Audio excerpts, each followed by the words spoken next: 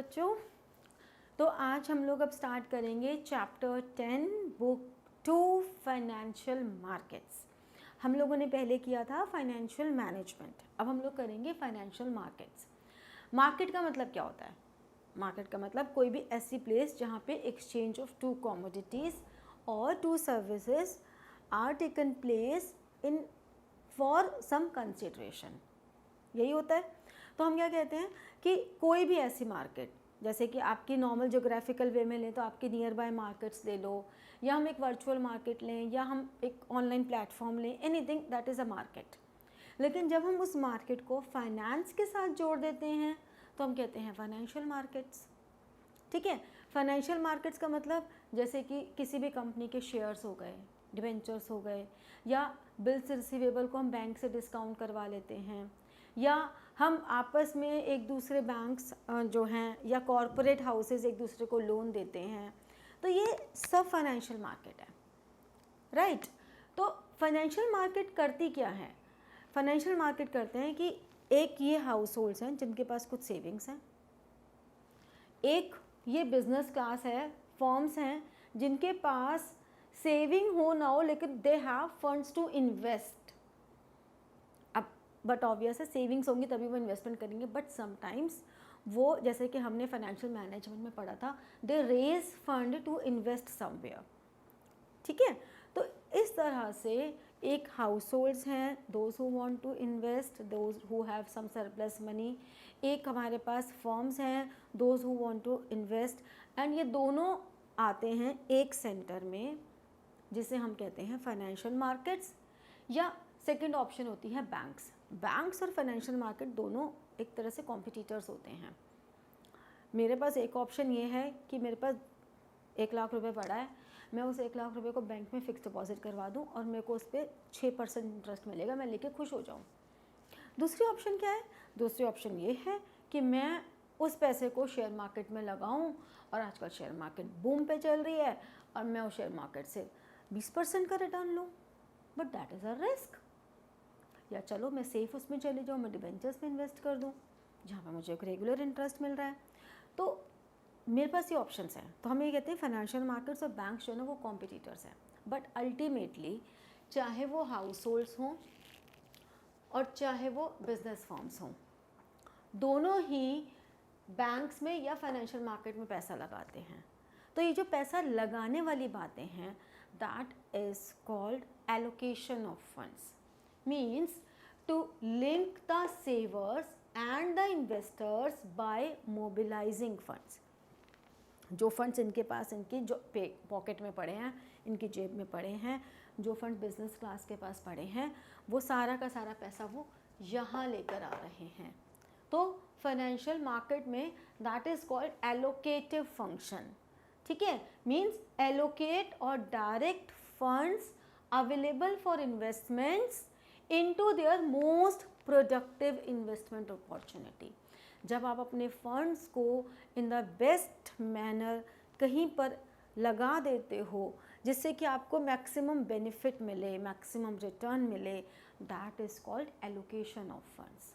ठीक है, अब बेनिफिट्स हाउस होल्ड्स को क्या हो रहे हैं इससे? उनको ज़्यादा रिटर्न मिल रहा है। भाई एक बात सोचो, तुम्हारे पास पैसा पड़ा है, मैंने अपने घर की गुल्लक में डाल दिया, क्या कर रहा है घर की गुल्लक में पड़ा वो पैसा? कुछ भी नहीं कर रहा। लेकिन मैंने उसे बैंक में डाल दिया, मुझे उससे कुछ तो इंटरेस्ट मिलेगा। मैंने उसे शेयर मार्केट में लगाया, मुझे डिविडेंड मिलेगा। मुझे हो सकता है मैंने 100 रुपये का शेयर लिया और मुझे वो 1000 में बिक जाए। मैंने डिबेंचर्स में लगाया, तो हाउस होल्ड्स जितने भी हैं they will get a good return, high return. Whereas अगर फर्म की बात करें तो firm allocation of scarce resources, ये हमेशा ध्यान रखना, ये सारे सब्जेक्ट्स आपस में इंटर रिलेटेड हैं। स्केयर्स रिसोर्सेज टर्म अभी तक आप लोगों ने इकोनॉमिक्स में सुनी थी, माइक्रो इकोनॉमिक्स में हम फर्स्ट चैप्टर में पढ़ते थे। There are scarce resources, choice between scarce resources. वही यहाँ पर है कि ये जो स्केयर्स रिसोर्सेज हैं, ये रिसोर्सेज, क्योंकि फंड भी तो लिमिटेड ही हैं, किसी के पास कोई कुबेर का खजाना थोड़ी ना है भाई कि हाँ भैया आए जाओ आए जाओ आए जाओ। लिमिटेड फंड्स हैं। कोई कितना भी, जो रिचेस्ट मैन होगा वर्ल्ड में, उसको भी लगेगा कि कहीं कुछ कम है। ऐसा कभी नहीं होता। तो जो भी स्केयर्स रिसोर्सेज है उनको इन द मोस्ट प्रोडक्टिव मैनर लगाना, ये फर्म को फ़ायदा होता है कि फर्म के पास जितना भी फंड पड़ा है उसको वो ठीक से लगा दें। तो हम जितना भी पैसा है अवेलेबल हाउस होल्ड्स के पास है और फर्म्स के पास है, उनको बैंक्स में लगाना है, उनको फाइनेंशियल मार्केट में लगाना है, इन दोनों में से किसको चूज़ करना है, ये जो हमारे फाइनेंशियल कॉम्पिटिटर्स हैं, इस पूरे प्रोसेस को हम कहते हैं फाइनेंशियल इंटरमीडिएशन। ये जो पूरा प्रोसेस है, हमें सोचना कहाँ लगाना है, फिर चूज़ करना, फिर लगाना, ये जो प्रोसेस है, that process is called financial intermediation. ठीक है। तो इस तरह से हम क्या कह सकते हैं कि जो फाइनेंशियल मार्केट है उसका काम क्या है, financial market those who have surplus money and those who needs money, उनके बीच में एक इंटरमीडिएशन का काम करती है। अब जब हम सिर्फ इतनी सी बात करते हैं, those who have surplus money, those who wants money, इनके बीच में जो इंटरमीडिएशन का काम करती है, that is a definition of commercial banks, जो हम लोगों ने मैक्रो इकोनॉमिक्स में किया हुआ है, डिफाइन कमर्शियल बैंक्स। बट यहाँ पे हम थोड़ी सी और एडिशंस कर देते हैं कि जो भी फंड्स हैं उन फंड्स को to allocate these funds in the most productive manner for the best optimum utilisation of that funds to get the maximum rate of return. जब हम ये सारी बातें करते हैं तो हमारा विजन थोड़ा सा बड़ा हो जाता है। अब हम कमर्शियल बैंक एक पार्ट है, ये जो इतना बड़ा विजन है उसमें कमर्शियल बैंक इतना सा पार्ट है और बाकी सारी फाइनेंशियल मार्केट है। तो हमने अपना विजन अब थोड़ा बड़ा कर लिया, हम कमर्शियल बैंक से थोड़ा सा ऊपर उठ के बात करेंगे। ठीक है। तो अब हम एक्चुअली में समझेंगे कि आखिर फाइनेंशियल मार्केट्स क्या हैं, कितने तरह की होती हैं, हमारे फाइनेंशियल मार्केट के क्या डिफरेंट फंक्शंस हैं। अब हम इसके बारे में बात करेंगे। ठीक है। तो फाइनेंशियल मार्केट क्या हो गई, a market for creation and exchange of financial assets. जितने भी फाइनेंशियल एसेट्स हैं उनको हम क्रिएट भी कर सकते हैं और अगर वो ऑलरेडी क्रिएटेड हैं तो उनको एक्सचेंज करना। तो to create an exchange of all financial assets. तो हम क्या कह सकते हैं कि फाइनेंशियल मार्केट वो कोई भी मार्केट जहाँ पर कोई भी financial transaction occurs, that is called financial market. तो anything, any place or in a virtual way where financial transactions occurred, that is called financial market। अब financial transactions हम क्या कह सकते हैं, जो हमने ऊपर बात की कि creation in the form of creation of financial assets, create कैसे करेंगे हम, कोई भी कंपनी अपने नए शेयर्स इशू करती है तो वहाँ से नए शेयर्स परचेज़ करना, डिवेंचर्स परचेज़ करना, यानी कि इनिशियल पब्लिक ऑफर, IPOs। अभी हम इस बारे में डिटेल में आगे सेशंस में करेंगे कि IPOs क्या होते हैं। तो जब भी कोई कंपनी शेयर्स इशू करती है, जो आप लोगों ने अपनी अकाउंट्स की बुक 2 में किया होगा, बुक 2 में आप लोगों ने किया है, एक शेयर कैपिटल का चैप्टर है, उसमें आप लोगों ने ये किया होगा कि शेयर कैपिटल की अकाउंटिंग कैसे करते हैं। तो वो जो कंपनी प्रोस्पेक्टस के थ्रू शेयर्स इशू कर रही है, डिबेंचर्स इशू कर रही है, that is creation and purchase. जो हमारी एग्जिस्टिंग है उस एग्जिस्टिंग को हम कहते हैं purchase and sale of existing financial assets. यानी कि मेरे पास इक्विटी शेयर्स पड़े हैं किसी कंपनी के, इसको चाहिए तो अपना मैंने इसको सेल कर दिया। इन सब को पूरा एक प्लेटफॉर्म देती है फाइनेंशियल मार्केट। तो फाइनेंशियल मार्केट फ्रेश इशू भी ले सकती है और एग्जिस्टिंग भी ले सकती है। और यही चीज़ हम आगे क्लासिफिकेशन में करने वाले हैं कि जो फाइनेंशियल मार्केट है वो कितने तरह की होती है, how financial market is classified. Financial market कितने तरह की होती है, 2 तरह की होती है, money market and capital market. Money market आपकी शॉर्ट टर्म मार्केट है, जबकि कैपिटल मार्केट आपकी लॉन्ग टर्म मार्केट है। जो भी आपके 12 मंथ्स तक, 1 ईयर तक की ट्रांजेक्शन्स हो रही हैं वो सब मनी मार्केट में हो रही हैं, और जो 1 साल से ज़्यादा की ट्रांजेक्शन्स हो रही हैं वो सब कैपिटल मार्केट में हो रही हैं। मनी मार्केट में ये 5 इंस्ट्रूमेंट्स हमें करने हैं, हम डिटेल में करेंगे। Treasury bills, commercial bills, call money, certificate of deposit COD जिसे हम कहते हैं, कमर्शियल बिल्स। जो आप लोगों ने bills receivable and bills payable के बारे में सुना है, ये वही हैं, bills receivable and bills payable, ये वही हैं, ठीक है। हम पूरा डिटेल में हमें सिलेबस में है और करना है। फिर कैपिटल मार्केट की अगर हम बात करें तो दो तरह की कैपिटल मार्केट है, एक है प्राइमरी मार्केट, एक है सेकेंडरी मार्केट। प्राइमरी मार्केट और सेकेंडरी मार्केट दोनों में ही, प्राइमरी होती है जो हमारी फ्रेश इशू मार्केट है, फर्स्ट टाइम जहाँ पे सिक्योरिटीज इशू हो रही हैं, जबकि सेकेंडरी मार्केट है जहाँ पे सेकेंड हैंड सिक्योरिटीज हो रही हैं, जो ऑलरेडी इशूड सिक्योरिटीज हैं। जैसे हमने कहा यहाँ पे जब आपकी क्रिएशन हो रही है तो वो प्राइमरी मार्केट है, ये आपका प्राइमरी मार्केट से बिलोंग कर रहा है, जबकि ये आपका सेकेंडरी मार्केट से बिलोंग कर रहा है, ठीक है। तो प्राइमरी मार्केट हो या सेकेंडरी मार्केट हो, बट दोनों ही शेयर्स एंड डिबेंचर्स यानी कि owner's fund and borrowed fund दोनों से डील करता है। शेयर्स में equity and preference and debentures, हम प्राइमरी मार्केट में भी दोनों से डील करते हैं, हम सेकेंडरी मार्केट में भी दोनों से डील करते हैं। तो ये सारा जो क्लासिफिकेशन है capital market and money market instruments के बारे में, इनके बीच में डिफरेंशिएशन के बारे में हम लोग आगे आने वाले सेशंस में डिटेल से पढ़ने वाले हैं, ठीक है। अब आगे इतनी सारी कहानी सुनने के बाद ये समझ में काफ़ी हद तक आ गया होगा कि फंक्शंस ऑफ फाइनेंशियल मार्केट क्या है। Mobilisation of savings and, mobilisation of savings का मतलब क्या हुआ, जितनी भी आपकी सेविंग्स हैं उनको मोबिलाइज करना, मतलब एक जगह से दूसरी जगह लेके जाना।